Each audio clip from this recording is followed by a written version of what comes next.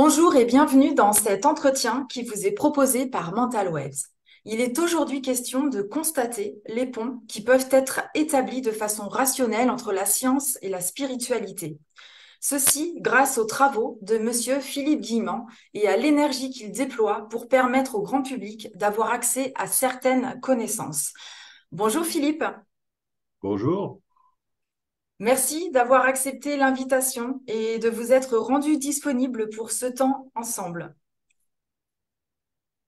Alors plaisir. Philippe, pour faire un résumé très sommaire, hein, bien sûr, parce que il y aurait beaucoup à dire, mais on va faire ici un résumé très sommaire. Alors vous êtes tout d'abord un tout jeune retraité et un optimiste de nature, mais vous êtes surtout ingénieur physicien depuis près de 40 ans. Vous avez été spécialiste du chaos et de l'intelligence artificielle. Vous avez exercé au CNRS. Et vous avez ces dernières années écrit plusieurs ouvrages, dont La physique de la conscience, Le grand virage de l'humanité, et votre dernier ouvrage, La physique du futur lumineux, dont nous parlerons évidemment durant cet échange. On vous connaît également pour être l'auteur de la théorie de la double causalité. Là aussi, on y reviendra. En France, vous êtes aujourd'hui la voix de la nouvelle physique. Je devrais plutôt dire d'ailleurs la physique du futur, qui traite de sujets passionnants autour d'un vocabulaire commun à celui de la spiritualité. Interpellant et fascinant donc, c'est grâce à la rationalité de vos propos rendus accessibles aux cerveaux les moins aguerris, dont je fais partie, que vous permettez concrètement une compréhension que je qualifierais d'organismique. Est-ce que vous voulez ajouter ou préciser quelque chose ici sur cet avant-propos? Non, non, non, non, allons-y, rentrons dans la matière. Alors, allons-y. Alors, je me demandais finalement, est-ce qu'on pourrait dire que vous avez entendu les indications GPS de votre âme à vous dès votre adolescence, période où vous avez commencé à vous interroger donc justement sur le hasard, les synchronicités et à vous intéresser aussi à la mécanique quantique.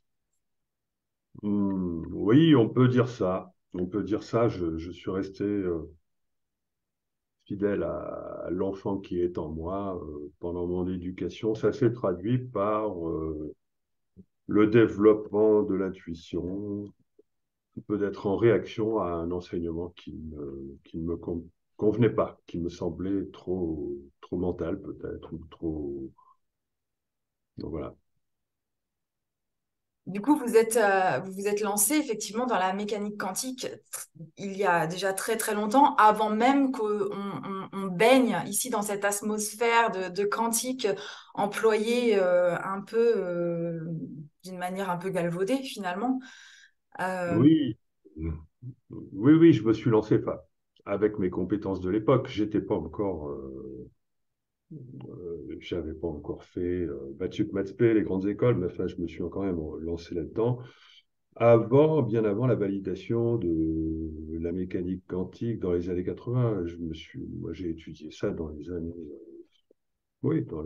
70, 76, 76, 74.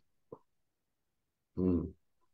alors, nous sommes ici en présence d'auditeurs justement qui, comme on dit, travaillent sur eux, qui sont dans cette démarche spirituelle et qui explorent leur intuition, comme vous venez de le dire, qui vivent aussi des synchronicités. Est-ce que vous pouvez nous dire comment reconnaître une vraie synchronicité et pas un événement justement mentalisé? Alors, sacré raccourci. Donc, quand même un peu introduire. Donc moi, je m'intéresse au hasard depuis mon jeune âge, depuis même avant la validation de la quantique qui a démontré l'existence de ce hasard un peu, on va dire, transcendant, puisque Einstein l'appelait un dieu qui joue au dé. Euh, et c'est comme ça que j'ai été sensibilisé à travers différentes lectures comme Arthur Koestler, Les racines du hasard, que je cite dans mon livre. C'est comme ça que j'ai été sensibilisé au lien entre le hasard et la conscience, c'est-à-dire, on peut dire, l'impact de la conscience sur le hasard, ce fameux hasard qui n'est pas issu de notre ignorance des causes. Et donc, ça m'a permis d'avoir une ouverture au phénomène de synchronicité, aux coïncidences étranges, etc. Et c'est l'étude de la physique le développement de cette théorie du temps, de la double causalité, ou autrement appelée flexibilité de l'espace-temps, qui m'a conduit à expérimenter donc le phénomène de synchronicité avant d'écrire à ce sujet-là. Et donc j'ai beaucoup appris, effectivement, j'ai beaucoup appris, et j'ai compris une chose essentielle au sujet de ce phénomène-là, c'est que une synchronicité doit s'accompagner de deux choses essentielles. Il faut que la coïncidence qui est liée à la synchronicité soit très improbable, hein, qu'elle ne soit pas due à notre ignorance des causes, qu'elle ne soit pas due à une projection, et il faut qu'elle soit validée par une émotion qui, qui nous indique immédiatement son sens. Parce qu'il y a des coïncidences qui peuvent être très improbables, mais qu'on ne comprend pas. On se rend compte qu'il se passe quelque chose de bizarre, mais on ne voit pas de lien avec soi, on ne comprend pas pourquoi ça arrive. Ça, c'est pas des synchronicités. La synchronicité, c'est une véritable guidance qui ne peut pas être gérée par le mental. C'est-à-dire que, bon, a posteriori, oui, peut-être, on peut essayer d'analyser comme je le fais la synchronicité parce que inévitablement le mental s'en empare. Mais au départ, lorsque la synchronicité jaillit, le mental est dépassé, il est hors du coup, hein. Si on est par exemple entre quelqu'un qui est en train de vouloir expérimenter le phénomène de synchronicité, on va avoir tendance à projeter, on va avoir tendance à en voir partout, et ça, c'est pas bon. D'accord. Donc, il faut surtout pas s'y attendre. Voilà. Donc, ai-je bien résumé? Absolument. Ça permet justement de comprendre que la synchronicité fait un flash avant même que le mental ait eu le temps de se l'accaparer finalement. Voilà. Alors, vous écrivez que l'intention fait entrer de nouveaux futurs possibles. Vous Oui. dites aussi qu'il existe plusieurs futurs. Oui. Dans ce cas, est-ce que les intuitions seraient des informations captées d'un futur déjà créé qui ferait naître ainsi l'intention de le manifester Hmm. et qui donc se manifesterait réellement? Oui, alors à mon sens, les intuitions, effectivement, viennent du fait qu'on a investi un nouveau futur potentiel, qui n'est pas le futur actuel. D'accord? On a investi. C'est-à-dire qu'il faut comprendre, il faut rappeler que je travaille avec l'idée qui provient de la physique, que le futur est déjà réalisé, mais qu'il peut changer. Le GPS est un bon exemple pour comprendre, hein. On a une trajectoire GPS qui est notre futur, mais cette trajectoire peut changer. D'accord? Et pourquoi elle changerait? Alors, dans le cas des intuitions, c'est parce qu'on aurait investi un nouveau futur. Mais pour être sûr qu'il soit nouveau, il ne faut pas que ce soit un futur investi par le mental, parce que le mental ne fait qu'investir le déjà connu. D'accord? Parce que notre futur actuel est construit par le mental. Donc ce n'est pas le mental qui peut décider pour nous un nouveau futur. Il ne va décider que ce qui est déjà là, et donc ce serait une illusion que de penser que le mental peut investir un nouveau futur.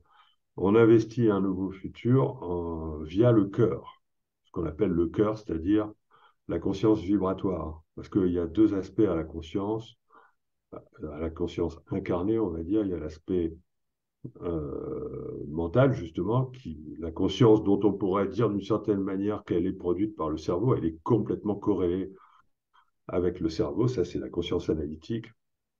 Et il y a cette conscience qui a été oubliée par la science parce elle est en lien avec tout ce qui est ressenti. Le ressenti n'étant pas objectif, on l'a écarté.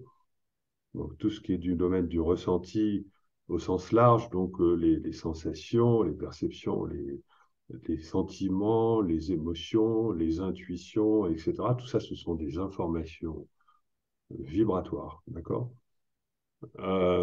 Et si on investit vibratoirement, donc via le cœur, notre futur, donc là, ça peut être un nouveau futur, d'autant plus que si on l'a, c'est un nouveau futur si l'intention qui émerge est accompagnée de joie d'exister, de joie de réaliser un potentiel que l'on a en nous-mêmes. Donc là, effectivement, ça garantit le fait que ça viendrait effectivement du cœur, hein, donc d'un nouveau futur. Et dans ce cas-là, ce nouveau futur va chercher à se brancher dans notre réalité et il va profiter des hasards, hein. Voilà. Donc, et ces hasards vont se présenter aux bifurcations, puisque en fait, ça c'est ma théorie physique sur laquelle j'ai publié. Il y a des moments dans la vie où se présentent des bifurcations, euh, consciemment ou pas, et on a le choix de continuer à faire ce qu'on aurait fait sans être réveillé ou de modifier notre comportement, d'agir d'une manière inhabituelle pour finalement aller vers un nouveau futur. D'accord? Et se présente alors à nous plus tard, au moment de bifurcation, que l'on peut vivre consciemment ou pas, des signes, le passage du kairos, des synchronicités, c'est-à-dire quelque chose d'inattendu qui se produit et qui nous donne l'idée de ne pas agir comme on l'aurait fait en situation normale et de suivre une autre voie qui va petit à petit nous emmener vers la réalisation de ce potentiel. Voilà. Alors, merci. Il me semble que pour encore mieux saisir ce qui vient d'être dit, il faut qu'on touche nécessairement à comprendre ce pourquoi on vous connaît et reconnaît par rapport à la double causalité, justement. Alors, Oui. je sais que l'exercice est très condensé et très réduit par rapport à tout ce qu'il y aurait à développer, mais vos ouvrages sont là pour ça, pour justement aller creuser dans le détail et aller se saisir vraiment de l'ensemble des propos. Et c'est justement l'intention aussi de cet échange, c'est de pouvoir aller saisir l'ensemble vraiment dans ce qui est écrit. Alors, est-ce que vous pouvez quand même nous expliciter la différence entre rétrocausalité et double causalité, qu'on puisse voilà, un peu se saisir de... La double causalité, c'est la causalité du passé auquel il faut ajouter la causalité du futur, c'est-à-dire que nous vivons sous l'influence simultanée de notre passé et de notre futur. C'est d'ailleurs Nietzsche qui disait ça au siècle dernier, au même, je crois que c'est à la fin du 19e. Ouais. Et, euh, et donc en physique, on voit ça à travers, d'une part, le phénomène de rétrocausalité qui apparaît en mécanique quantique, mais qui n'est pas une véritable rétrocausalité dans la mesure où euh, on n'est pas on est sur tout le fait que tout est simultané, passé, présent, futur. Une particule mécanique quantique est une particule qui n'est pas encore insérée dans le temps, si on peut dire. Et donc, c'est pour ça qu'on peut agir sur son futur, mais en fait, il y a une véritable simultanéité, alors que moi, la rétrocausalité dont je parle, ce n'est pas exactement la même. C'est une véritable une influence d'un futur qui se crée avant sa conséquence sur le présent. C'est-à-dire qu'il y a un délai, c'est-à-dire on investit d'abord son futur, et ensuite, on va faire en sorte que ce potentiel de réalisation se manifeste dans la réalité. Parce que encore faut-il rencontrer le passage du kairos, la synchronicité, qui va faire que on va prendre la décision de bifurquer. C'est à ce moment-là que la trajectoire de notre futur, hein, de notre GPS, va changer. Donc là, il y a bel et bien quelque chose dans le futur qui se produit avant l'événement qui va réellement changer notre futur. Donc c'est quelque chose qui se produit dans un futur qui n'existe pas encore. qui n'est pas le nôtre encore. Tout va dépendre de ce qu'on fait au moment où la synchronicité elle arrive, si on n'en tient pas compte ou pas, si on en tient compte ou pas. D'accord? Voilà. Et c'est juste passionnant, voilà, de se dire que de par vos travaux et d'autres, voilà, qui œuvrent dans ce sens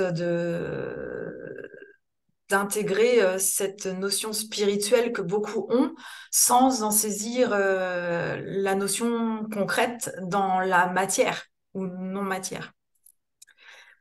Oui, on peut dire que c'est la base.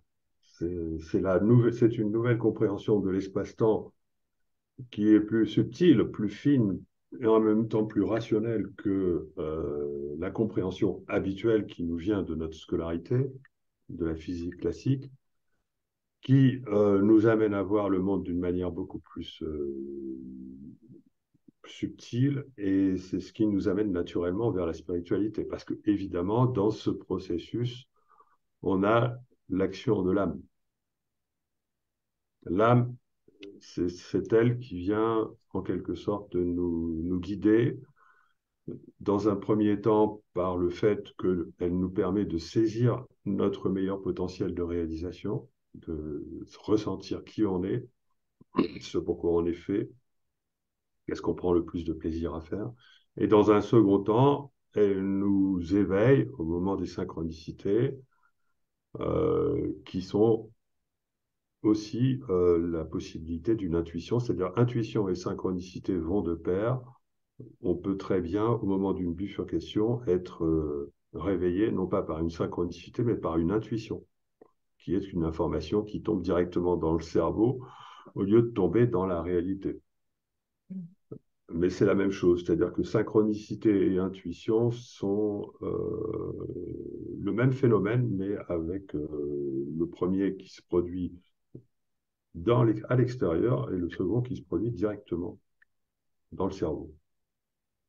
D'accord? Et c'est l'âme qui agit là, puisque c'est l'action de l'âme qui engendre la synchronicité à l'extérieur et aussi, ou alors l'intuition à l'intérieur. D'accord? On est sur la notion de reliance, c'est-à-dire que sans cette reliance, on ne peut pas modifier notre futur. On est sur la notion que c'est notre conscience qui construit la réalité, pas la réalité immédiate, parce que la réalité immédiate, le futur proche, il est sous l'égide de la causalité, mais la réalité, lorsqu'elle commence à devenir multiple, lorsque la réalité commence à devenir multiple, notre futur est multiple, et ce n'est pas la causalité qui le construit d'avance, c'est la conscience, c'est notre conscience. Alors, c'est pas seulement le cœur, c'est le mental. En fait, le mental est créateur. Le mental étant au service de l'ego, le mental va faire en sorte que nous soyons toujours protégés. Hein. Il va nous protéger, il va se conformer conformément à l'image que l'ego a de la personne. D'accord? En général, c'est comme ça qu'on construit son futur. Mais si on écoute son cœur, si on écoute sa voix intérieure, etc., on peut aller vers un futur différent et ça passe par la notion d'éveil, puisqu'il s'agit effectivement d'être réceptif à des informations transcendantes qui peuvent nous faire bifurquer. Voilà. Alors, ce qui veut dire aussi que si on n'a pas cette démarche ou cette intention de vouloir se relier à notre soi, à notre âme, en conscience, ça veut dire qu'on reste dans cette roue du chronos sans saisir aucune bifurcation, sans en créer Oui, d'opportunités. oui et non, parce que on n'est pas obligé de connaître la théorie de la double causalité, on n'est pas obligé de connaître ça pour vivre des synchronicités. Moi-même, avant d'élaborer cette théorie, j'ai vécu des synchronicités sans le savoir. C'est-à-dire la chance, par exemple, les rencontres qui vous facilitent la vie ou tous les hasards qui vous facilitent la vie, etc. Donc, il n'y a pas besoin de savoir que nous avons une âme pour être mu par notre âme. D'accord? Bon, c'est tout à fait naturel. Nous sommes des êtres humains, même si on est matérialiste. Moi, j'étais matérialiste auparavant. On peut avoir une âme qui agit sans même, alors même qu'on ne reconnaît pas son existence. Ce n'est pas parce que je ne reconnais pas l'existence de mon âme que mon âme n'agit pas. Simplement, effectivement, elle va peut-être agir moins parce qu'on sera moins éveillé à ce genre de choses. Mais inversement, si on souhaite qu'elle agisse plus, on peut aussi tomber dans les pièges du mental. Donc, il faut faire attention. Ça n'est pas plus le fait d'être éveillé à la spiritualité, etc., peut aussi nous faire tomber dans un autre genre de piège qui est l'inverse, c'est-à-dire qu'à force de penser qu'on est relié, on risque de se tromper, de se leurrer. D'accord? Merci pour ces précisions d'équilibre essentielles. J'aimerais qu'on aborde aussi ce que vous appelez la résistance au futur. Hmm.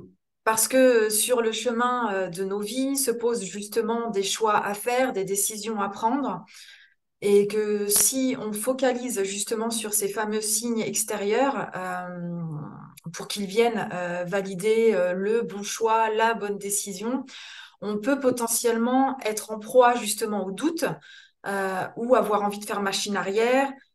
Surtout quand il y a un manque de fluidité ou de ressenti d'empêchement ou de frein. Alors que si on considère justement cette résistance au futur, j'ai la sensation justement que ça pourrait considérablement alléger nos parcours, euh, Mhm. de s'imprégner de cette notion-là. Je suis pas complètement sûr d'avoir compris, je vais reformuler. Oui, L'idée, c'est que les ennuis qu'on peut avoir dans la vie ne sont pas nécessairement à interpréter négativement.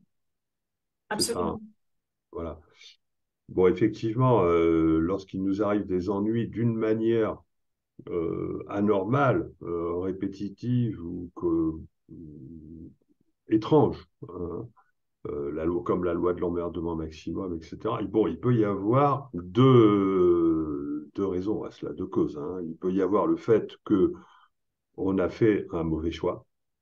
Il peut y avoir la causalité. Il peut y avoir le fait qu'on est en train de se fourvoyer, de partir sur un chemin qui n'est pas bon pour nous, parce on a fait un mauvais choix. Mais ça, c'est quelque chose qu'on est capable d'analyser. D'accord? C'est-à-dire que ce sont les conséquences du passé. OK? Mais il peut y avoir aussi le fait qu'on est sur une résistance. Donc, dans ce cas-là, alors dans le premier cas, dans le cas où c'est parce qu'on a fait, on est dans la causalité, dans le premier cas, on peut comprendre pourquoi on a des ennuis. On peut analyser, on peut s'auto-analyser et comprendre pourquoi on a des ennuis. Comme en général, on a tendance à ne pas savoir s'auto-analyser, on peut demander conseil à ses amis et ses amis vont vous mettre sur la voie de la compréhension de pourquoi vous avez ces problèmes. Ben, c'est normal, tu as fait tel choix, tu as fait, etc. C'est normal, bon, etc. Bon, ok. Donc là, on peut comprendre.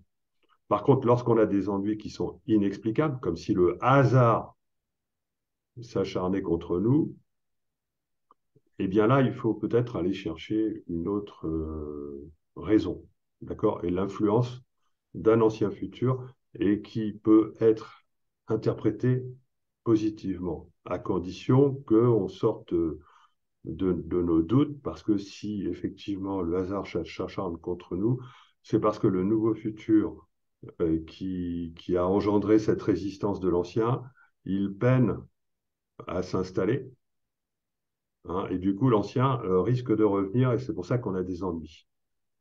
OK? Donc je vais essayer de bien expliquer ça.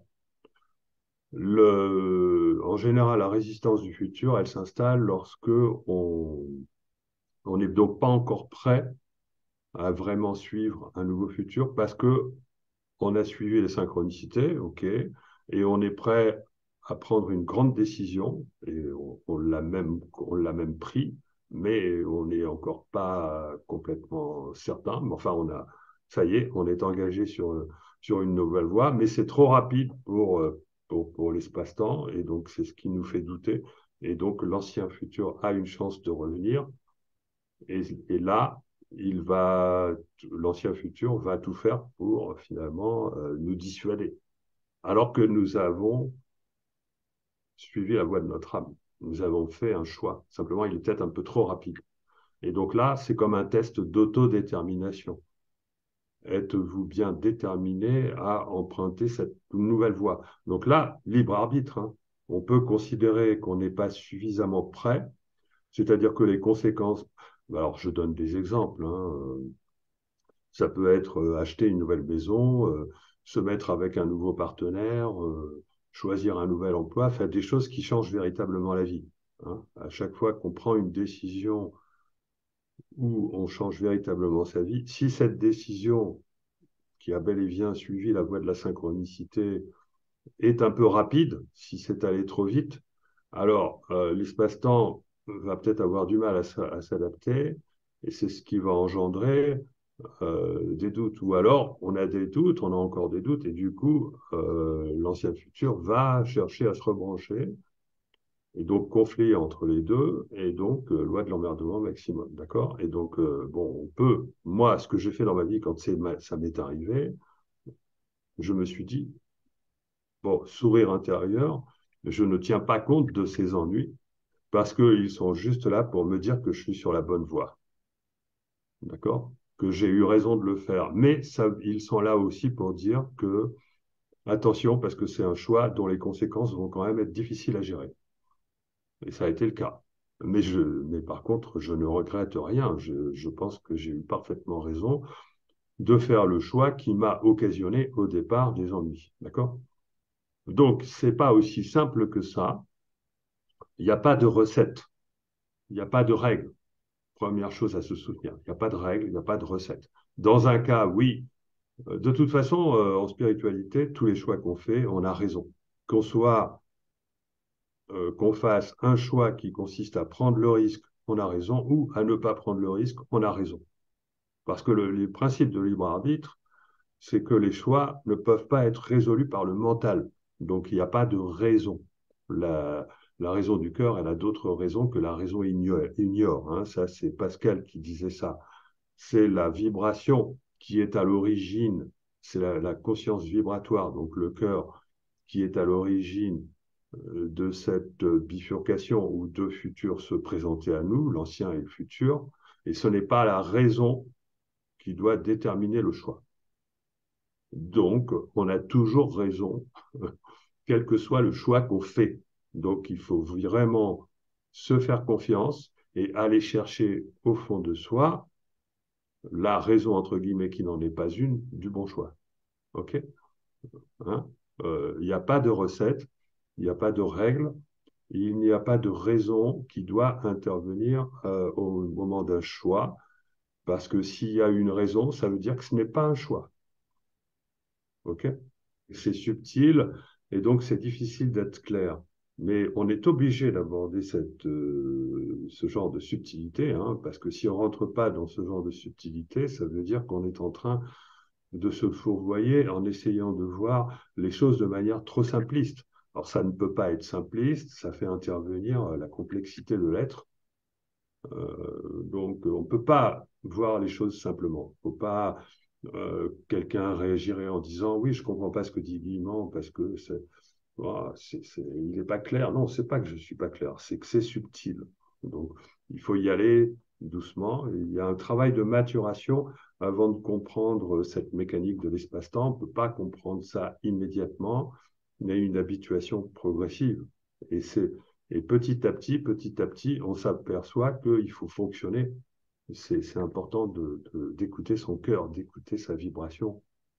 Voilà, et que le libre arbitre repose là-dessus. Alors justement, on va interrompre cette première partie ici.